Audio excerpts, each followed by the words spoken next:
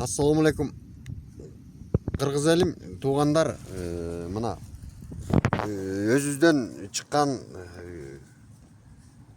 органикалык сууларда бул суу атайын элдин суроосу боюнча чыгардык. Бул онкологияларга болбош үчүн алдын ала турган сууларда Арнебия деп.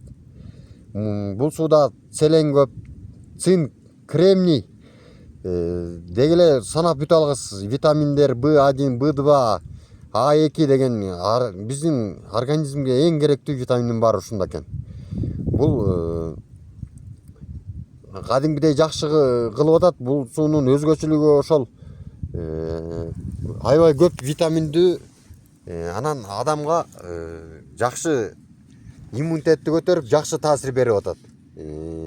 Туугандар, мына ушул сууну ичкенде бир күндө 500 граммды 3-кө 4-кө бөлүп ичсеңиздер болот да. Сиздердин сурооңуздар боюнча мына эфирге чыктым. Бул жаңы Бишкекке кетти. Жаңы азыр областтарга тарап баштады. Муну оорубаган адамдар дагы ичсе болот да. Бул даамы дагы жакшы. Анан жакшы таасир берет. Иммунитетти көтөрөт.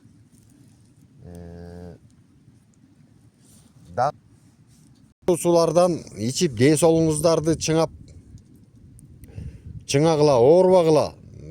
Бүт ашказан оору, эмне оору болбосун, ички организмдеги ооруларбы, ошолордун баарына эң жакшы таасир бере турган суу болуп чыкты. Ушуну колдонуңуздар.